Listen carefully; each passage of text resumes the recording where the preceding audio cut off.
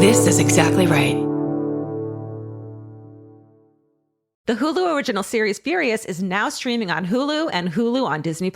Starring Emmy Rossum as Alice Black, Furious follows a rookie FBI agent on the hunt for Catherine, played by Lola Pettigrew, a mysterious and calculating female serial killer. While Alice upholds justice, Catherine kills for it, terrorizing the rich and powerful men of New York in her pursuit of vengeance. With secrets that change everything, Alice discovers there's a thin line between hunter and prey. Watch the Hulu original series Furious. Now streaming on Hulu and Hulu on Disney Plus for bundle subscribers. Terms apply. Goodbye. You know what quality feels like. You can see it in the way a fabric moves, recognize it in a flawless fit, and appreciate it in the details that make our styles unique. It's the standard Coldwater Creek has honored for over 40 years, derived from a rich Mountain West heritage, and designed for today in styles that are distinctively Coldwater Creek. For a wardrobe you can count on season after season, visit coldwatercreek.com. Shop new arrivals and save 15% on purchases $75 or more with code IHEART.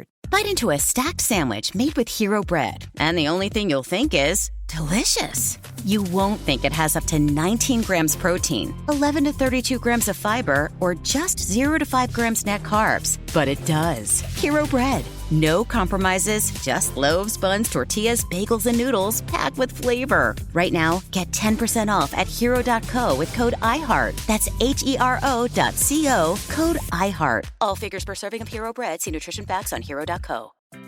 Hello, beautiful. I'm Amy Errett, founder of Madison Reed, a hair color company I named after my daughter.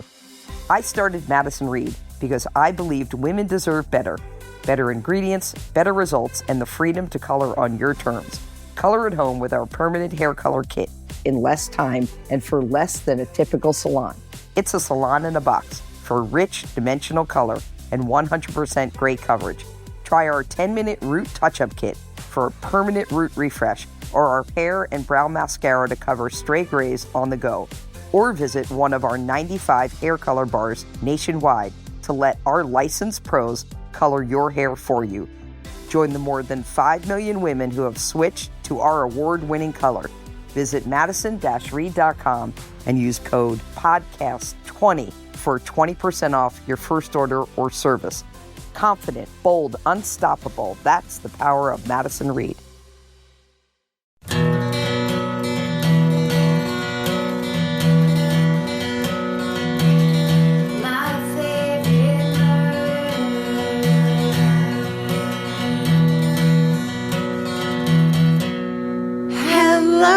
Hello, and welcome to Rewind with Karen and Georgia. That's right. Every Wednesday, we recap our old shows with all new commentary, updates, and insights. You are welcome. Today, we're recapping episode 63. We're getting so close to 100, which we named Steven's Tuxedo. This episode came out April 6th, 2017, just 100 years ago. Let's listen to the intro of episode 63 in 2017. Like that for? I'm just... Stephen is looking at his knobs, very concerned. Intently and concerned. Almost like a DJ. He did look like Steve Aoki, kind of. He looked like a Las Vegas DJ. Totally. Being like, what about the treble? That's me. What about the bass? Have you done any DJing, Stephen, in Las Vegas? Can't say I have, but it's the dream, you know? Is that where you're aiming? Is that the goal? To be on one of those billboards for Hakkasan or whatever. Yes. Oh. DJ Steve, what's the better DJ name for Steven? DJ Mustache. DJ Stash. Oh, shit. DJ Stash. Coming this fall. Yeah. What if it's Elvis and Steven? Elvis is the headliner. Don't try to shove Elvis into this. This is Steven's project for Las Vegas. Sorry, Steven. Elvis gets up and moves, like scratches the record himself. Yeah. Oh. Elvis, anything to say about that? He came up to the mic and then he did. On the mic, he's about to fucking Elvis is the MC. With a lot of intent. Steven is the DJ. Elvis is the MC. Right. Speaking of Elvis and Steven, we have a corrections corner because last week, glaringly missing from the episode was both Steven and Elvis, because Steven thinks he can take a fucking vacation and fucking walk away from this thing. So that we were going to give you shit about it.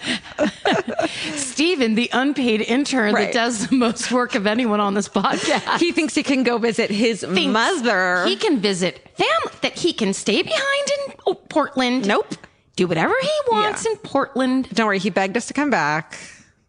And we were like, we'll talk it through. Yeah. So this is his trial episode. Yeah. And Elvis revolted because he was like, well, that means we recorded at the Feral Audio Studios. And like when I got there, I was like, wait a minute, Elvis isn't here. So he wasn't on either, but don't worry, he's fine. A lot of concern, a lot of social media concern for Elvis. He's very healthy. He's here in front of us, flicking his tail around as we speak. Yeah. And they were like, are Georgia and Karen okay? Because they're not yelling at Steven this episode. Yeah. They're like, this is all very uncomfortable. No, but everyone's fine. No, somebody was like, does your mom yell at you like Karen? Do you miss it? Yeah, of course. Did you miss getting reprimanded for shit that you had nothing to do with? For shit that is clearly our fault. I did do a My Favorite Murder related activity. I sent you guys pictures. I went to Klein Falls, which was the subject of one of the live stories. Yes. Which was like, it was eerie. Because I'd never done anything like that, like visited the site of something. But my mom is like, oh, it's just up the road from where I live. I'm like, okay, I guess I'll take pictures because people might want to see this. But it changes the view when you know that someone got fucking bludgeoned by a hatchet there. So crazy. Yeah. Well, welcome back, Steven. Thank you. We're glad you're back. Yeah. We're glad you're back. I do have a thing that it's a new corner, but it's almost like an announcement corner, but it just feels like I've heard from enough people online. You and I have talked about it enough. So this feels like a thing that just needs to be said, which is more like this. We love touring. We love doing live shows. We have the best time. It is such an amazing thing to come out to a wall of energy and people's positivity. It's the best. 99% of the people that go to our shows and participate in our shows are lovely, joyous people who are having a great time. We heard from a bunch of people from Portland who didn't have the best time at a couple of those shows because there were people around them that were yelling so much at us the entire show. And there has been a thought that has been floated in the community that we like it when people yell at us from seriously? The audience during the show, because then it's a chance for me to yell at people or for us to make jokes about it. And just for corrections, just no hard feelings. We've always had a great time. We will continue to have a great time. But just so you know, we don't like it when you yell at us at all during the show. And it's gotten to a point now where we just have to completely ignore people. There was a show in Portland that was crazy. There were people in the audience that were yelling at us literally the entire time. And there were people around them bumming out. I know. So we understand. What do? We can't, if we say something to them, then they'll keep doing it.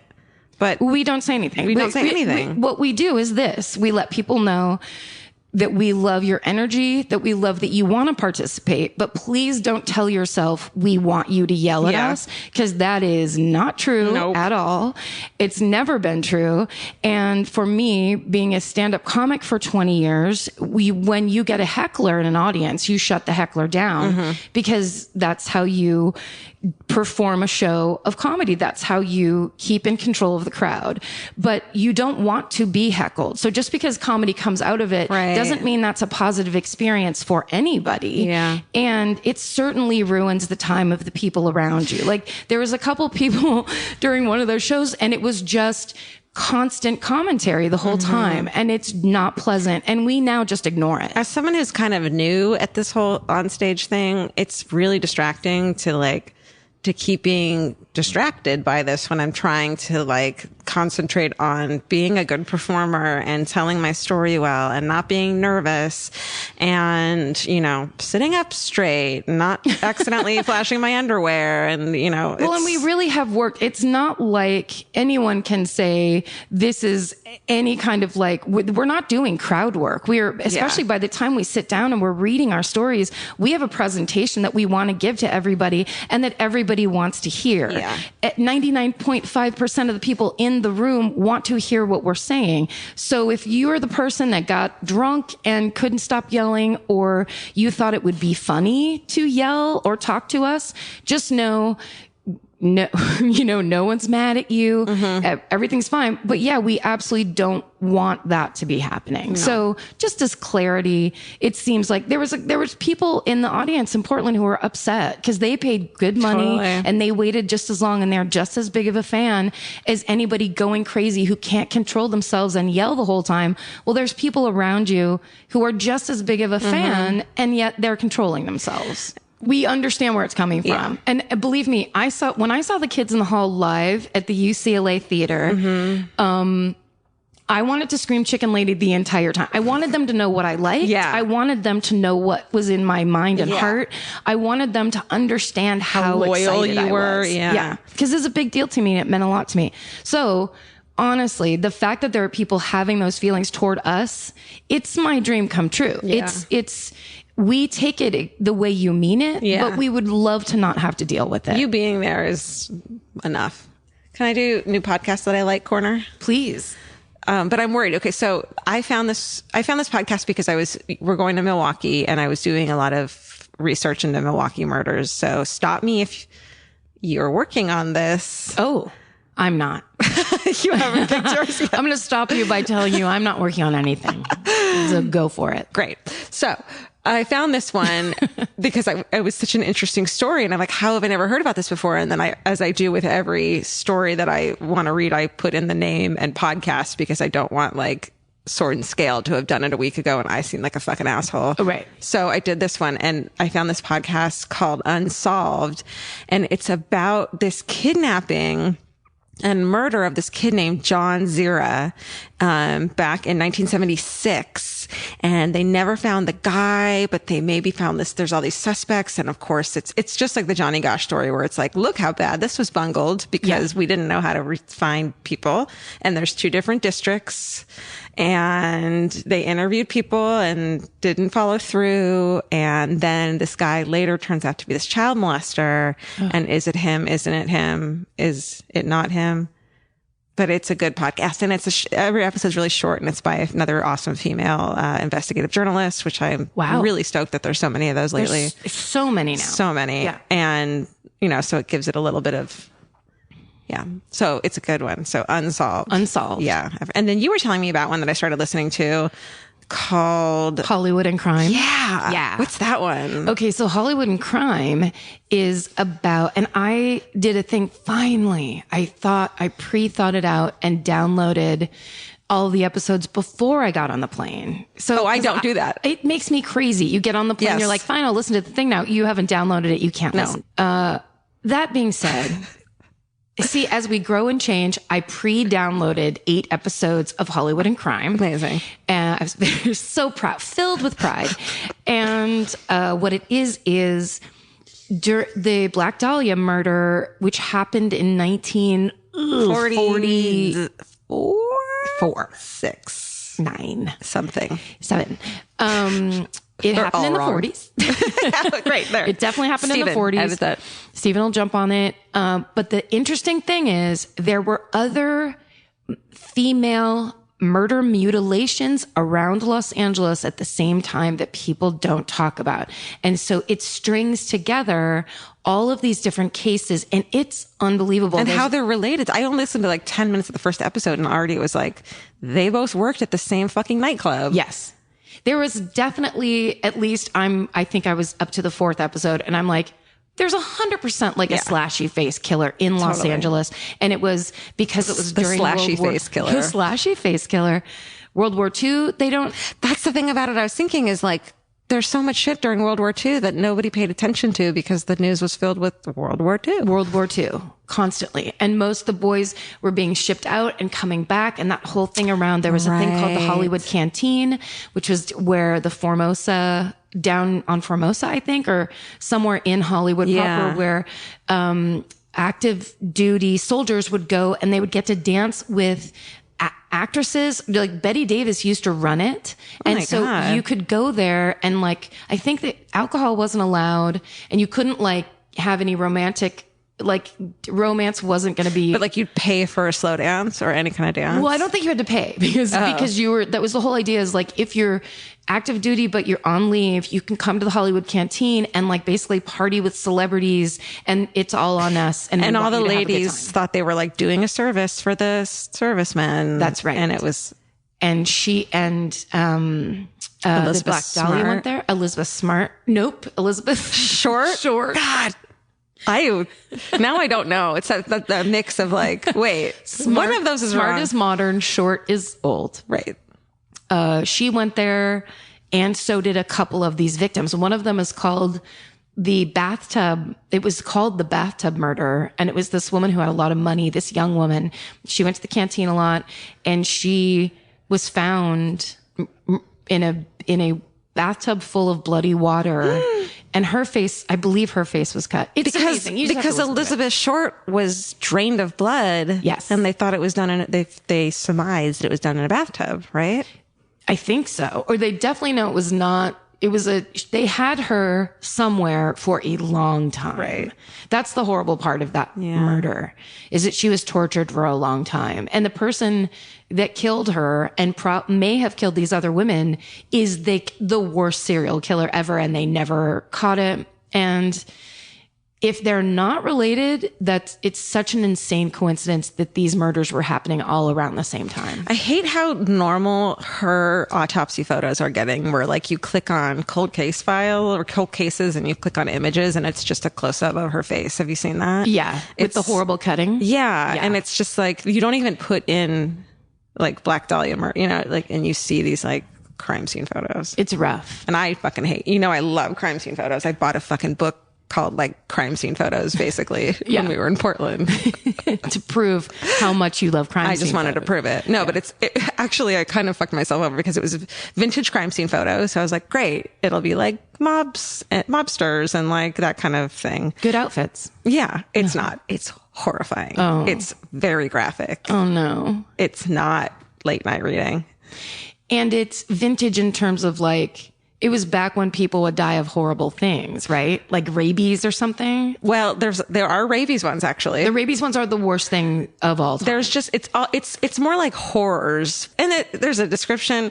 Actually, I found out it's a Los Angeles police detective's book of his cases. Wow. That they turned into like a coffee table book. Wow. For people who don't get dates. Hey, watch it. We do fine. Us I do people all right. that love those. Vince doesn't want to see it. There's a guy with elephantitis of the nuts, and Vince won't even look at that. It's pretty fucking fabulous. Oh man. Yeah, that's a good book. I mean, that's the kind of thing. The reason I don't look at those pictures anymore is because in the 90s, when I was, a riot girl or whatever the hell I thought I was doing, there were lots of times where we would look through books like that. And it was almost like a contest of like, everyone would like, look at this crazy thing. And be like, well, I don't even care because Kurt Cobain. And I've seen things that I still see it in my mind. Like the child who died of rabies, I can see it in my mind when I say that. It's horrible. I can too, but for some reason it makes me want to like consume of it as much of it as I can so that. So I just don't want to look away. Yeah. Yeah. So I know. Hey, that just reminded me, there is a movie. Have you ever seen it's like kind of a documentary. It's called Wisconsin Death Trip. Mm-mm. Okay. It is the best. I don't know. Steven, have you seen it? No. No, I haven't. He just did the most hilarious nod. No. Don't get me wrong. They took a book, I think it was just of like the police blotter from cities around Wisconsin in the 1800s, mid 1800s, I believe. And so they just read the stories of what the police, what they were doing and what the crimes were. And it's insane because it's just like today, except for it was in the mid 1800s. So it's like a boy walked into a farmyard and shot the two people standing there and walked away. And when the police arrested him, he said he was bored. And then there's mothers who go and drown their children in the river and all these things that we think are happening now. And they're just, this time we live in and it's so awful or whatever. And it's like, You gotta watch Wisconsin Death Trip. It's just what's the video of? The visuals are this really awesome sepia toned like B-roll that they took all around, because so much of Wisconsin is really nature and farms, and there's, so they basically are just, if the crime is about a person walking into a farmyard, they walk down a road and they get like a little kid in overalls holding a gun or what, but they don't, it's not like it's not total reenactments. It's just more The of like idea. the feel. Yeah. Right. Ooh, and that's this kind cool. of creepy, like a distant white farmhouse, that where it's like, it is creepy. I want to see that. You don't want to see it? I do. Oh. No, I want to see that. I thought you were like, nope, the farmhouse. I don't want to see that. Shut me down. I can't deal with kids in overalls. It really triggers me. It triggers you about me in grammar school? About me when I was a waitress and I had to wear fucking overalls. Where? This little cafe in Santa Monica when I was like 19, and they required you to wear overalls.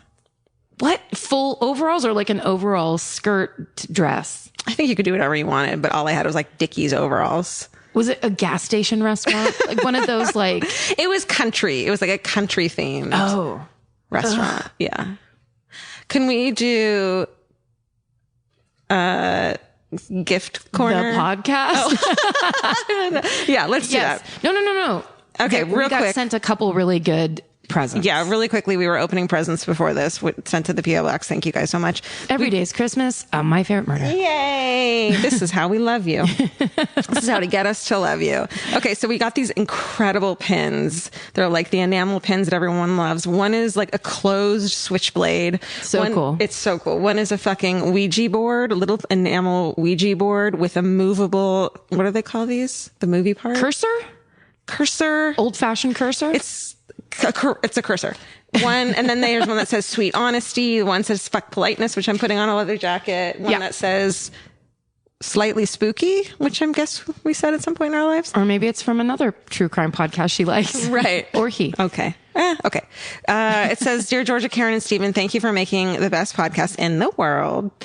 We have no murders to share, but wanted to gift you guys with some killer pins. 50% of the proceeds for the sweet honesty pin goes to end the backlog. The rest of us are just selfish. And then it's one of those emojis where it's a smiley face shrugging, which I love. Yeah. So don't know how to do, but I love. That's a good one.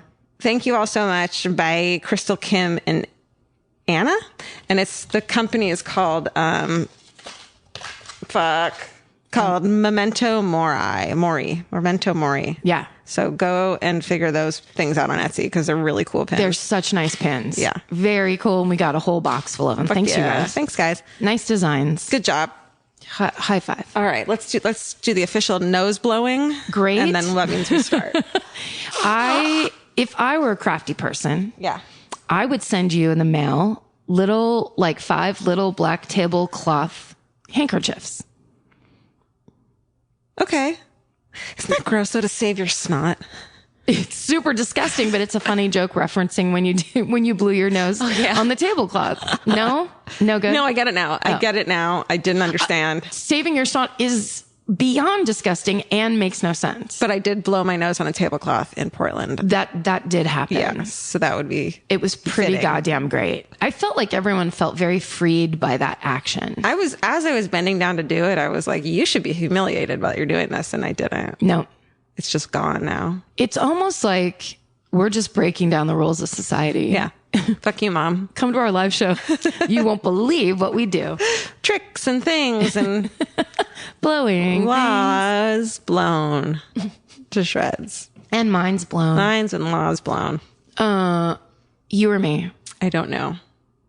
Me? I should know this. I'm gonna. Oh my gosh. What did it's Georgia. Yes. Because you did the gorilla killer. Oh, that's right. Okay. I don't remember what I did last week. Oh, I do. No, I don't. Okay.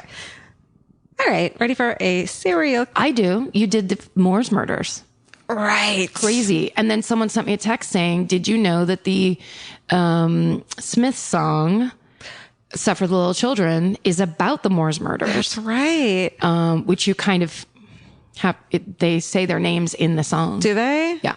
Hindley. He calls her Hindley in the song. Okay. Ooh, that's so cool. Let's all listen to it. That's our new theme song. Are they going to sue us? Yep. For that? Yeah. All right. And we're back. And as we're recording this right now, we're about to go on tour. That's right. But when this comes out, we'll be on tour. So I don't know how time works, but I mean, it's a loop. You've said it many a times, flat circle. And I do think it's kind of funny that we're like talking on the episode we're rewinding right now about the experience that we had in Portland on a live show. Now we're going to talk about talking about it. How many circles can we linearly go around in? I mean, at one time. It seems like plenty. Yeah. But this was a major moment in live show history. Yeah. I wonder what number show this was for us, like total. But Portland was incredible. The audience was great. We like insisted on going back there, of course, for this next tour because of that. You know, there's so many cool girls with tattoos there. How could we not have a great time? It's hard not to feel like, well, I think we do this in every city we visit where we're like, these are the real murderinos. But Portland, of course, and especially in these early live shows, and I do think we found out at some point that there was a drink special that got people especially fucked up. Remember? I think it was like Tall Boys or something. There was some sort of like in the theater at the bar thing that people were taking advantage of. And so it was a little rowdier than I think we expected. Right. And then we had to set some ground rules after this. So I don't remember what those are, but we're going to probably try to bring them back this tour. Well, I mean, it's pretty basic. It's like if you've ever taken one theater acting class, it's like you're not allowed to get on the stage when other people are doing a show. That's never been allowed in the history of entertainment. Oh my God. Just crawling up on stage with your sister. Oh, actually, when this comes out, like 2 weeks later is when we'll be in Portland, or 3 weeks later. So, it's sold out. Never mind. Go to myfavoritemurder.com/live and see if there's any tickets left anywhere. I think like there's always like a little tiny batch of tickets that comes out at the very end, like right before the show, because they've been holding tickets for VIPs or whatever. And so sometimes tickets just happen to become available at all the shows. Also, if you go under a bridge night of show, there's often a guy in a trench coat that can help you out that we place there. It's Steven's shaved mustache. Love that guy. I'm still on the fence about whether I should be eating homemade gifts from fans that bring them to shows, which I've done in the past, been warned multiple times not to. But I love Rice Krispie treats so much. And also, it's like, these are the girls that are afraid of the people that do that. They're not the girls that do it. Right. But that's a dumb thing to think about a mass of people. That's naive. It's us telling ourselves a lie. When I was looking at this and remembered in these next couple rewinds that we're doing that we had a company like Voodoo Donuts making us donuts of ourselves and delivering them to the theater, I was like, why didn't I remember that? What a gift. Yeah. Like, what a lovely sentiment. What's great about this tour is now we're more social media savvy. We have a social media person, so we can actually post all this stuff on social media. So make sure you follow us. Yeah, give a little credit. I mean, we were doing kind of independently here and there, but the thing about us is you can't accuse us of being overly organized or planning ahead. Having follow through. I mean, you know, just really kind of being in the place where we're supposed to be and acting like that's what we're doing. It's like, there's a lot to this experience, but I feel like a big part of this whole journey has been the Portland live audience, the people that have showed up for us from day one, real life Portland. We're here to get fucked up with you. We're here to interact with you. We want the full experience. Yeah. Two of my very best friends in the world are going to be in the audience because those fucking bitches insisted on moving to Portland against me. That's what it feels like, against me. So I'm excited for that. Yeah, that's very exciting. Mine too. Jason Lopez will be there from the Gap. Yes, hell yeah. We should have them all like sitting on stage as like the audience, on stage audience. I wonder if there is like a special balcony. Yeah. I remember this theater when we're talking about this Portland show. It was that theater that was in a building that used to be a school. Yeah, high school or something. It was so fucking cool. It felt like we were on like a teen drama from the 90s. It was amazing. Oh, someone gave us nipple tassels. Oh, yeah, from the strip club. I have a photo of it. Oh, yeah. I have some photos that I found from old live shows from back then, including the titty tassels that I will give to Shannon to post on social media. Nice. Get it and some going. Gifts. Remember the person who painted our pets? Mine were on wine glasses and yours were on Christmas ornaments. Oh, yes. I still have those. I do too. Like they're displayed in my house. They're fucking gorgeous. I have a photo of all of those. I mean, the people give. And I think there is a serious like arts. I mean, it's like the true arts and crafts group of people in Portland. I think there's the people there are like, watch me craft this. This is what I'm really going to do. building them up. They better fucking bring it. We want more. And this is our passive aggressive way of demanding it from the Portland audience. Well, okay, should we get into it? Because of the live shows and just because we are so disorganized, this is the third time in a row that I go first. Yes, I love it. What are you going to do? Well, then let's get into Georgia's story right now. She tells the story of the murderer, Joseph Edward Duncan III. This podcast is brought to you by Squarespace. Every successful small business starts with someone saying, I wonder if people would actually buy this. Squarespace gives you everything you need to find out. From consultations to events and experiences, you can showcase your skills with a customizable website designed to attract clients and grow your business. With Squarespace's collection of cutting-edge design tools, anyone can build a beautiful, professional online presence that perfectly fits their brand or business. Get paid on time with professional invoices and online payments. Plus, streamline your workflow with built-in appointment scheduling and email marketing tools. Head to squarespace.com/murder for a free trial. And when you're ready to launch, use offer code MURDER to save 10% off your first purchase of a website or domain. Goodbye. Buying clothes is easy. That's why everyone's always doing it. But finding clothes you actually want to wear is the hard part. Get all your favorite elevated essentials at Quince. Quince specializes in effortless, high-quality essentials like ultra-soft organic cotton and premium Mongolian cashmere sweaters. They're beautifully tailored and built to last. And it's not just apparel. Quince also brings that same everyday elevation to everything they offer, from hotel-quality bedding and bath to kitchen staples, essentials, and thoughtfully designed furniture. They work directly with ethical factories, so you're paying for quality, not brand markup. It's so true that they have wonderful items that aren't just clothes. I have like 3 of their 100% mulberry silk pillowcases. I've bought throws from there. I've bought bedding from there. And it is just as great quality as their clothes and super affordable. Upgrade your everyday. Download the Quince app for app-exclusive offers or go to quince.com/MFM. Get free shipping on your order and 365-day returns. Now available in Canada and the UK too. QUINCE.com/MFM.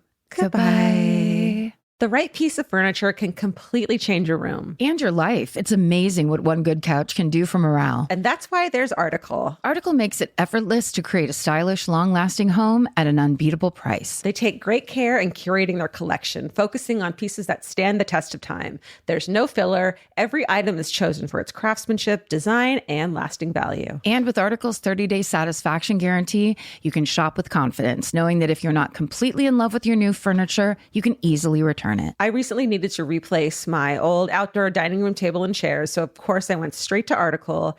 They have the Sarik outdoor dining set. I got it in khaki green. It's such a cute, like minty green. It looks so good in my backyard. I can't wait to have alfresco dinners all summer. You know, we can carve pumpkins on it in fall. It's so beautiful. Article knocked it out of the park once again. Article's offering our listeners $50 off your first purchase of $100 or more. To claim, visit article.com/murder and the discount will be automatically applied at checkout. That's article.com/murder for $50 off your first purchase of $100 or more. Goodbye. Get into the Hyundai Getaway Sales event and get away with a deal so right it almost feels wrong. Right now, you can get great deals on Hyundai's most popular models, from hybrids to EVs and more. Score on the adventure-ready SUVs like the Hyundai Kona, Tucson, Santa Fe, or Palisade, or the bold and tech-inspired Elantra. And the most advanced and capable Sonata or Sonata Hybrid yet. Or go all-electric with the Ioniq 5 or Ioniq 9. But getting away with a great deal is just the beginning, because every new Hyundai is backed by America's best warranty. Which means you can shop with confidence and drive with unrivaled peace of mind. So get down to your local Hyundai dealer and get away with a deal you'll truly love, but don't wait. The Hyundai Getaway Sales event won't be around for long. Visit HyundaiUSA.com now for details. Goodbye. Ready for a serial killer? I am. Real horrible guy. Uh-oh. Here we go. Joseph Edward Duncan III. The third. The way I looked at you when I said that. Was born on February 25th, 1963 in Tacoma, Washington. And I said that he looks like the actor Ben Mendelsohn, who is the older brother from Bloodline. Remember that guy's got kind of a lisp and he's like he's like an actor and he's kind of, well, hot. Bloodline, was he the bad one? Yeah. He's the one everyone's worried about? Yes. That guy's amazing. Yeah. Okay. He looks like him. So like creepy skinny, just to have an idea. Okay. Like gangly. I like this, describing what they look like. So in 1976, he's 15 years old and he commits his first recorded sex crime. At 15, he rapes a 9-year-old boy at gunpoint. Oh, fuck. Yeah. I said I was going to raves at 15 and he was raping children at gunpoint. Fuck. Yeah. What happened to him? I don't know. And I can't find a lot of information on it. Okay. So clearly not something horrible. Yeah. Hit his fucking head. I mean, and then he went to a boys. I mean, it's like they go to juvie, then they get raped. It's so terrible. And their mom like, oh, I don't want to get as gross as I feel like it. I mean, we really could say the worst things in the world and be right. Okay. The following, I want to say it, but it's so horrifying that like Say it and then Stephen will bleep it. Okay.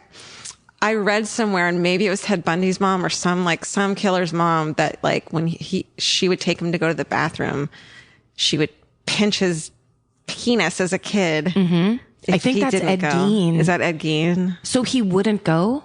I don't know. If he didn't do it, she would get mad at him and pinch. And it's like, how do you not have a sexual fucking sadist on your hands? Yes. On your gross hands.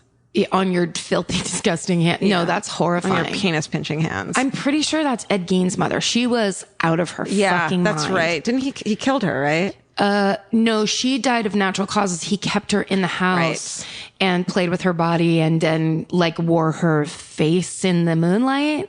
Pretty sure. Nipple belt. Yeah, so unbleep now. Okay. Yeah, nipple belt, is that him? Yeah. That's our guy. Should we give a shout out to the girl who... Yes. Fuck, man. We're going to need to post this. But like, we got this like gift once and it was a box and there were this crochet belt in it. And we were like, okay, all right, we're yarn crochet belt. Was that in Oakland? I think it was the Oakland show. No, it was sent here. Sent. Okay. Yeah, because then you guys left and I went to take a photo of it. And as I'm looking through the lens, I realized that it's a crochet nipple belt. And it's like every different color nipples, like different races of nipples. And I just lost my mind in like joy of like how creative, like that's the description of Murderinos is like our listeners is someone crocheted a fucking multicultural nipple belt. A nipple belt. Giving Ed Gein that shout out. Also, the fact that you had to have that realization alone, it's actually almost perfect. Yeah. It's that like... growing horror. It was horror. We pulled that thing out and we're like, is it a cat toy? What like we were just like whipping it around. We had no idea. And then it just made me so happy when I realized how awful it was in the cutest way. Yeah, because you couldn't tell. It was like a magic eye poster. You really had to stare at it for a while to understand the hideous dolphins. I gotta post it. Okay. Anyway, the following year, Joseph Duncan is arrested for driving a stolen car, and that's when he's sentenced as a juvenile and sent to Dislin's Boys Ranch in Tacoma, which is probably a hellhole. Nightmare. And he tells his therapist when he's there that he had bound and sexually assaulted 6 boys. And he also tells the therapist that he had raped around 13 younger boys by the time he was 16. What the fuck? Yeah. So he's a serial rapist. Yeah. Can you imagine losing count? He said around 13 boys. What does that therapist fucking go home that night and drink? They're just cyanide? Like, now I become a sea captain. Yeah, I'm done with this bullshit. I'm going to be a librarian now. To the lighthouse, he said. Goodbye. I'm going to get a cat. You know, maybe just a ton of cats, like 30 cats. Yeah. Just pet them. Just surround myself with cats. Yep. In 1980, still in Tacoma, he steals guns from a neighbor and abducts a 14-year-old boy, again, rapes him at gunpoint. And for that, he's sentenced to 20 years in prison, but he's released on parole in 94 after serving 14 years. Then he's arrested in 96 for marijuana use, but he's released on parole a few weeks later, but with new restrictions. And then in 97, he's around 34. He's arrested in Kansas and returned to prison after violating the terms of his parole. But he's released from prison 3 years later in July 2000 with time off for good behavior. Good behavior for the serial rapists of be children. Good in prison. Clean your fucking tray at the canteen, at mess hall, and you can leave. So in the summer of 2014, he's accused of molesting a 6-year-old boy at a park in Detroit Lake, Minnesota. But he's not captured until March of 2005, and he's held on $15,000 bond. So there's a dude who's a businessman from Fargo who somehow Duncan had become acquainted with, who helped him post bail. $15,000. I wonder what brand of pedophile he was. Yes, allegedly. Businessman. Yeah. Yeah. I mean, very allegedly. Yeah. And if he wasn't, he must fucking hate himself now. True. What if he was just trying to be like a good Samaritan? Yeah. Like, Here's a guy down on his luck. Oh. He said he didn't molest a 6-year-old boy at a park. So maybe he didn't. And I'm going to spend half of some people's salary or getting out. Anyways, Duncan skips town. Okay. 2 months later in 2005, Kootenai County, Idaho, authorities discover the bodies of Brenda Groen, 40, her boyfriend, and her 13-year-old son. They're in their family home near Coeur d'Alene, and they'd been bound and died of blunt force trauma to the head. Wow. Brenda's 2 other children, Shasta, who's 8, and Dylan, who's 9. Oh my God, I hate this one so much. I know. It's so horrible. Okay. I know. I almost didn't do it because it's so bad. No, I you left have to do it, some though. of the shit out, but I didn't know that this guy had so much background to him. I didn't, but it makes perfect sense. Of course he does, but oh my God. Okay. Yeah, it's just one of those stories that you can't fucking believe is real. Yes. I can still see the TV when I was watching the news and them showing the CCTV or Don't say whatever it. foot. Okay. Yes. Sorry. I totally know what you're going to say, but you're going to give away the ending. Tell your story. I'm no, so we'll sorry. talk about it. But I saw it too, and it just burned in my mind. Yeah. Okay. So Shasta is 8, Dylan is 9. They're missing from the house, and the 3 older people are dead. And so they issue an Amber Alert and they comb the area and they can't find the kids until 6 weeks later in July 2005, Shasta is recognized from her Amber Alert by a waitress, a manager, and 2 customers at a Denny's, but then they're back in Coeur d'Alene. Yeah. Coeur d'Alene, is that how you say it? Coeur d'Alene. The workers freak the fuck out, immediately phone the police, and they position themselves to prevent Duncan from leaving. Police officers arrive at the restaurant. They arrest Duncan without incident, and Shasta's taken to the hospital to be reunited with her dad. And so the footage we're talking about is them walking into the fucking Denny's, and she's got her arms crossed. She's like this little blonde girl. He's this creep who looks like Ben Mendelsohn. And she's got her arms crossed, and it's clear something is wrong. Yes. And you wonder if you had seen that, would you have thought something was going on too? They must have, because that many people, I remember reading about the waitress coming to the table and being like, I don't like the feel here. Are you okay? Yeah. What's going on? And I think she waited. Did he go to the bathroom? Maybe. There was some moment she had with Shasta, I believe, before where she was like, this isn't good. And she called the police. Well, what's so weird about it is I have to wonder, they went back to the town they were from. So everyone in that town must have known intimately well, maybe they didn't know who he was yet, but what she looked like. Yes. So there was another sighting of them, in another state that they later realized happened. And the woman who worked at the store, it was like a gas station, was like, I thought it might be her, but I wasn't sure. So I didn't do anything about it.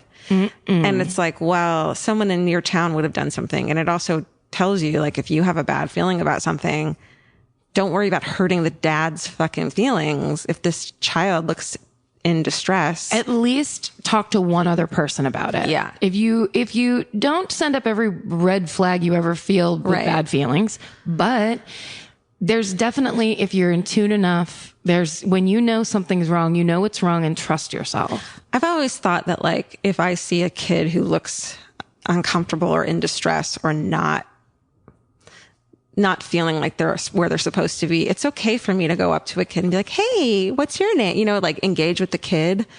You know, I'm not a fucking dude, so it's not creepy, but like, like don't do that if you're a guy. Tell a woman to do that. But, you know, to be like, what's your name? And if you fucking sense something is wrong, like you can just tell by body language with a kid. Yeah. Something isn't right. I mean, there should be, I wish there was some kind of like set process or keyword, you know, whatever. Listen, write down everyone's license plate. Every creepy dude's license plate at all times. Just take the time. You don't need to work. Quit your job. Get a spiral notebook. Sit in front of a gas station. And just write down license plates for a while. Yeah. Done. But I adore that Denny's waitress. Oh my God. Cause you know that first of all, if they work, she's probably working the night shift. She's seen some Looney Tunes totally. people. You know, she doesn't call the cops every time she sees a scraggly Mendelsohn type. No. We shouldn't involve that actor at all. Poor guy. He's like, wait, what the fuck? Fuck you guys. No, we just got him fucking cast on the Lifetime movie of this motherfucking case. You're welcome, right. Ben Mendelsohn. We're creating work. You're welcome. Ba, ba, ba, ba, ba. Hospital. All right, here's where it gets awful. So Shasta tells investigators that the night of her abduction, her mother had called her into the living room from the bedroom where she had been sleeping, and she saw Duncan. Like the Duncan was like, call your kids in here right now. She sees Duncan wearing black gloves and holding a gun. He ties her mother's hands with nylon zip ties, as well as the mother's fiance and her brother Slade. Then he takes Shasta and her little brother Dylan out of the house. They get inside his stolen rental car, and then Duncan goes back into the house. She hears her mother's fiance scream and then sees her injured older brother staggering away from the entrance to the home. But she didn't witness Duncan bludgeoning the three of them to death. He bludgeoned them to death? Tied them up and bludgeoned them. Fuck. When Shasta is asked where her brother Dylan is, she said, in heaven. There may be some evidence down in the Lolo forest because that's where we were. What does that mean?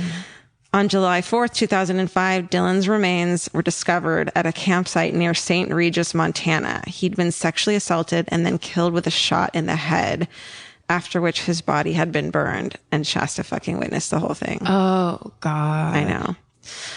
Duncan had also filmed Dylan's final hours, and Duncan can be audibly heard in the video, which was shown to the fucking jury. Can you fucking imagine how much therapy you'd need after that? Oh, my God. Saying, the devil likes to watch children suffer and cry. Shasta's also repeatedly tortured and sexually assaulted, but supposedly he falls in love with her and decides to return her home, which is why they were back in her town. Ugh, what a monster. Monster. Yeah. Duncan later confesses that he had entered the home while the family slept with the express intention of murdering the parents and kidnapping the children. He claims he, quote, wanted, quote, revenge against society for sending him to prison for 20 years for sexually assaulting a younger boy. Who was 14 years old when he himself was only 16 years old. So he wants revenge against society for being sent to prison for sexually assaulting. For being a rapist. Yep. Yeah, that's not clear thinking. No. It's not logical thinking. Listen, you're not taking responsibility for your actions. You're not fucking... You're not cool. You're... Dugson... You're the devil. You're the devil. The devil's like, dude, calm down. Fuck. Can you skip to the part where he gets murdered in jail? Please tell me. The devil's like, hey man, I hurt fucking corrupt attorneys, not... Yeah. Sorry, corrupt attorneys. Sorry, corrupt attorneys.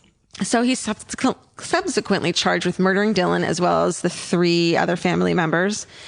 During his incarceration, authorities are able to link Duncan to the disappearance of Anthony Michael Martinez, who was 10 years old when he went missing on April 4th, 97, while he was playing with friends in the front yard of his home in Beaumont, California. Fuck. A man approached the group, asked for help finding a missing kitten while holding out a photo of a cat, as well as a $1 bill. And two of the children ran away in fear, and the kidnapper pulls a knife out, grabs Anthony, and flees in a white car with red pinstripes and no hubcaps. After a 2-week search, Martinez's body is found nude and partially decomposed in Indio on April 19th, 97. He had been sexually assaulted and bound with duct tape. A composite sketch is made of the suspect and a partial fingerprint, but the case goes cold. And then when he is incarcerated, Riverside authorities are able to match the partial fingerprint taken to Duncan. And so they officially announce his connection. He pleads guilty in 2011. The plea agreement carries a mandatory life sentence, although he won't get the death penalty for it in California because he pleads guilty. Duncan also confessed to 2 additional murders. Samija White, 11, and her sister Carmen Cubias, 9, were last seen leaving a Seattle, Washington hotel to get cigarettes at a nearby restaurant for an older brother. Oh, no. I know, babies. Police said that they don't know whether the girls ran away or victims of foul play at the time. Right. Of course, a fucking 9-year-old is running away, and an 11-year-old. Then on July 6, 96, that happened on July 6, 96. Then their remains were found on February 10th, 1998 in Bothell, Washington, by a transient living in an abandoned barn. All 3 murders occurred while Duncan was on parole. Ugh. Of those murders, Duncan has only been charged in the California case. In all, he's been convicted in Ohio for kidnapping and murder of the 3 victims, for which he was giving 6 life sentences. In federal court for kidnapping Shasta and Dylan, and for murdering Dylan, he was given 3 death sentences and 3 life sentences. And in the state of California for kidnapping, murdering Anthony Martinez, for which he was given 2 life sentences. Is he still in jail? He's still in jail. He will be forever. Look, want to see his picture? No. Oh, God. Stephen, you better watch that mustache because we are looking at a serious. I'm doubting the mustache. Yeah. Although Murderino's got me a mustache switchblade comb. Oh, yeah. Oh, okay. So I can keep it in check. Okay, Okay. good. Yes, please Good. do. That case, that little girl and the thing she went through, people, I feel like anybody that was like conscious around that time paid attention to anything around that time. It also because it was early enough so that there wasn't like nowadays there's so much awful shit going on, as we know, everywhere all the time. They're closing down nature. They're closing down schools. They're closing down protecting people who need protection. They're closing it all down. Yeah. It's insanity. It happens every day. But there was a time, and I used to think about it a lot in the 90s, where we had it. We were just like fat cats. There was nothing going on. It was before we got into that first war. Clinton. It was Clinton. No, he was a piece it was of the shit Clinton too. days. Yeah. It may have been later than that, but still, it was like there wasn't. So when something like that came on the news, Yeah. it was heart stopping. Yeah. It was like, you've got to be kidding me. How did this happen? Yeah. No, I mean, and even in the just the last couple of years, we hear about every single one of them, especially when you're into fucking true crime. Yeah. I'm just constantly reading about these things, and we're just constantly looking at, but back then it was harder to find those things and the detail that you can get now and Yes. the photos. And so it was just this glimpse that you would get. Yeah. Horrible. Yeah. God, that's, yeah. Sorry. So that's, No, I mean, that's like, that was a big one. And it's interesting to know that that was a person that started doing that.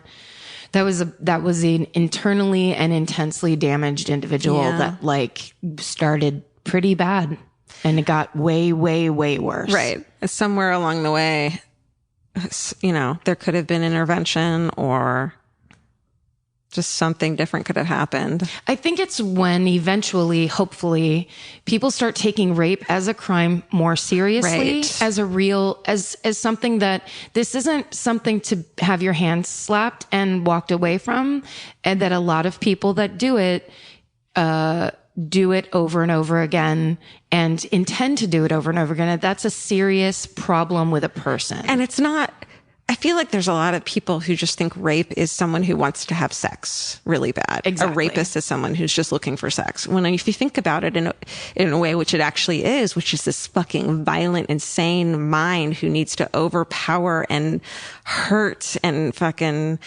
ruin someone, that is a criminal who should not be allowed on the streets after 3 years of good behavior in prison. And how often do they escalate? I mean, how many stories do we tell that start off with a person doing it? He raped a girl in his town and then and then he moved to this town and then suddenly he's murdering the people he's raping. I mean, it's the story every time. Yeah. I feel like it's going to catch up slowly as long as we don't well, I mean, I feel like the more people who talk about it, the more people who have conversations, but also the more like the Brock Turner. I was just thinking, that's what I was thinking about. Yeah. That, the swimmer from Stanford who got released because, you know, nobody wanted to mess up his swimming career. And he raped a girl so violently, who I think he drugged. I don't know if that ever came out like to be the truth, but that's the theory. She was incapacitated. She was incapacitated. And when she told the story, it's like she's at a party and all of a sudden she's waking up behind a dumpster. Yeah. And the two men who witnessed it were so upset. The two men, grown men, were crying and so upset of what they witnessed. That's not something that you go, okay, well, don't do this anymore. Yeah. Who would do that in the first? It's like we have to start treating it and talking about it as the extremely violent criminal act that it is. And also stop fucking using the phrase sexual assault. I was thinking the same using thing. Euphemisms. If it's rape, it's rape. Some people say like, you know, sexual assault, it's not sex. Don't use the word sex when it's just rape. Non-consensual sex. Yeah. Non-consensual sex is rape. Is rape. That's right. Sex is between two consenting adults. So don't fucking call it that. Also, date rape is rape. Date rape is rape. That doesn't mean it's just nice and chill rape. Nope. It's rape. Also, it wasn't a pre-agreement that agreement got broken, which is what date rape alludes to. Right. That's bullshit. You went on a date. What did you? Yeah. Someone got upset. No, this person is a rapist. Yeah. You don't rape people unless you're a rapist. Don't rape people. Oh, man. I mean, I think we're coming down pretty hard on an anti-rape stance. I think it's clear that we're anti-rape. We're saying it to our listeners as if we have to convince them of anything. You guys, stop it. Stop it. We're like, yes to fucking crocheted nipple belts, no to rape. Do you know where we stand? We're going to tell you how it works. There's no gray area. Oh, man. You ready for yours? Yeah. This is going to be a bit of a left turn. Okay. I'm not going to say it's fun. People died. It's an upturn. It's an uptick from. It's not the most upsetting for me. That really, and I swear I'm not criticizing you. It really, that's the one that gets me where I almost try not to think about it because it's just awful. I almost didn't do it, but I'm like. But there are people, I mean, these are the stories people, when you talk about them, it's important. Yeah. Because she's a survivor and she survived. And she has a story to tell, which I think she's now coming out and telling it. I bet she is. Yeah. I bet. What a horror. I bet she's doing amazing work. And that's, you know. Just to think of the nightmare she went through. Yeah. As a survivor, she has to be a very strong person to be able to move forward, not on, but move forward in her life. Yep. Okay, we're back. George, do you have any updates on this story? I do have some updates. What an awful fucking story. And I hate to keep bringing up the book. Well, I actually love to keep bringing up the book, Murderland. But this dude grew up in the perfect serial killer area. Yeah. You know, that Pacific Northwest in the 70s, lead-filled skies. I just bought a hard copy of that book because I was like, it's going to take too long. It's okay. It's okay because I want to support it anyway. And I saw it. I was at Bookstore and I saw it and I was just like, oh, I have to get this myself. I'm like jealous that you got to start it again. It's so fucking incredible. Okay, so I have some updates. In 2021, Joseph Edward Duncan III died at the age of 58 while still on death row. He had previously been diagnosed with terminal brain cancer. Anthony Edwards' father, Ernesto, made a statement saying, quote, "While I would have liked to witness his execution, knowing that he is now standing before God, being held accountable for what he has done, what he did to my son, and the horrible crimes he committed to others, that's the real justice," end quote. And then Shasta Groen wrote a book, incredible, called Out of the Woods, A Girl, a Killer, and a Lifelong Struggle to Find the Way Home. That was published very recently in 2025 and co-authored with true crime writer Greg Olson. I we need to get that. Yeah, I mean, everybody should go buy Shasta Groen's book for sure. Definitely. Out of the Woods, it's called. And in it, Shasta is open with her long healing journey and tells the story of her life, both before and after she lost her family and survived Duncan's violence. I've seen her on TV, and she is just this dynamic, incredible, awe-inspiring woman. Wow. Yeah. That was Mimi. Mimi said, yeah. It sounded like Mimi was making fun of me. I'm like, I'm wow. And she's like, wow. Okay. I do have a corrections corner on your story because I mentioned basically the detail that Ed Gein's mother pinched his penis. Right. And that was a topic in the original episode. It turns out that's like an urban myth. And it's like there's no proof. So that's just me kind of pushing along another urban myth that I shouldn't have done. Thank God you cleared that horrible detail up. 29 years later, please don't think poorly of Ed Gein's mother. In this fucking podcast of horrible details, there's one we can check right off that list. Get rid of it. Oh, yeah. All right, let's listen to Karen's story about Fred Neulander.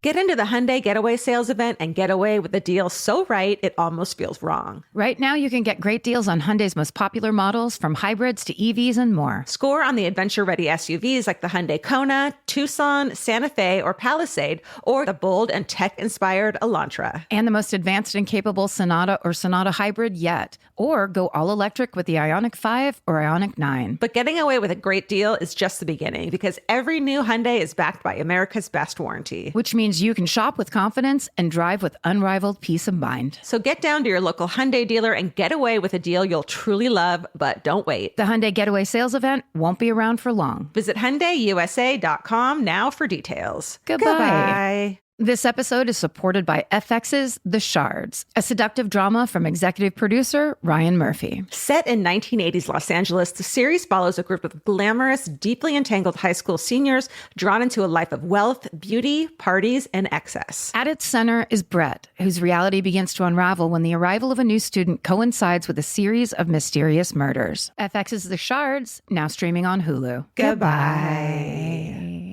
Grocery shopping seems like it should take 20 minutes. And then 2 hours later, you're standing at the checkout with a frozen pizza and 6 different types of chips. Lucky for you, there's Hungry Root. Hungry Root is like having your own personal shopper and nutritionist all wrapped in one. They'll take care of the weekly grocery shopping and recommend groceries and meals tailored to you. Once you tell them about your goals and preferences, they fill your cart with personalized recommendations. And those recommendations get smarter as Hungry Root learns more about what you did or didn't like. Most of Hungry Root's recipes can be made in just 15 minutes or less. You can't get any easier than one pan shakshuka. I've always said that. Yeah, I love the convenience and also the fact that I don't have to go park anywhere. Thank God Hungry Root's around to help us shop and help us build really healthy and delicious meals. For a limited time, get 40% off your first order, plus get a free item in every box for life. Go to hungryroot.com/MFM and use code MFM. That's hungryroot.com/MFM, code MFM, to get 40% off your first box and a free item of your choice for life. Goodbye. There's nothing better than just laying around. Whether you're fully horizontal or at a slant, it cannot be beaten. Unless, of course, you have a Lola blanket. Lola is the world's #1 blanket, crafted with ultra-soft luxury vegan faux fur and a signature 4-way stretch that sets it apart. Their products are machine washable and double hemmed for durability, and they stay flawless. No pilling, no shedding, even after repeated washes. And there's more. Lola also makes weighted blankets, matching pillow sets, and super soft pet beds. Lola is a great go-to gift. It's personal, beautiful, and something your loved ones can actually use every day. For a limited time, our listeners can get 40% off select Lola Blankets products with code MFM at checkout. Just head to lolablankets.com and use code MFM to get 40% off your order. After you purchase, they'll ask you where you heard about them. Please support our show and let them know we sent you. Wrap yourself in luxury with Lola Blankets. Goodbye. All right. I'm going to talk to you about a man named Rabbi Fred Neulander. Do you know him? No. Okay. So I got most of this from an old City Confidential, which if you haven't seen City Confidential, the oldest ones were narrated by a great actor named Paul Winfield. And Paul Winfield narrated the show like he had a margarita in one hand. He is so chilled out. It feels like when he tells you the story, and the writing is so hilariously brilliant. They tell you the story. So it's called City Confidential. So they tell you all about the city first. So they're like, it was a bedroom community. Exactly. Cherry Hill, Pennsylvania was a sleepy burg. Yeah. And then it becomes, they do it thematically. So because this was about the rabbi, it was all these biblical references. It was like, but evil did live here. And it's like, and he's kind of talking like that. He's a little slurry. It's like innuendo-y, but yeah. But like such obvious innuendos that it's not. Yeah. I love that show. It's the best show. I used to watch it so much. I don't know why Forensic Files is on constantly and that show isn't. Because Forensic Files is like adorable because it's so dated, you know? It's adorable. But City Confidential is legitimately good. City Confidential is a beautifully put together, beautifully produced show. Good stories too. Great stories. They get great people. Here's what I love. The hometown reporters. Because they're the ones that know the whole story. Angels. And this is their big fucking moment to be on TV. And to be like, I know, I wrote about, he called me on the phone. I'm the one. It's me, Pam. Listen, I went to fucking Phoenix University Journalism School and I'm finally fucking getting my comeuppance. But a lot of these people, like, it's true. It's like this one woman who's a reporter for, it was like the Cherry Hill Gazette or whatever the hell. I should have written it down. No, it's on YouTube. Everybody better. go watch it. It's so good. But these are journalists. These are these are people who are like, this is what the town's like. This is what we're used to. It's so cool because they give you the sense of what is going on in the town. And they're always such like, they're such earnest people. Like you trust them. They know what they're talking about. It's not this bullshit over here where it's like, I think it was in Pennsylvania. They're like, they know for a fact. Everything they say is a fact. Yeah. And you mean over here, like sitting on the couch right now? I was pointing to myself. Oh, yeah. I thought you meant like the LA Times. I was like, what? Oh, no. Because we're in LA. Not like the West Coast. Oh, I get it. No. Okay. So yes, if you want to get the full story, the City Confidential's on there.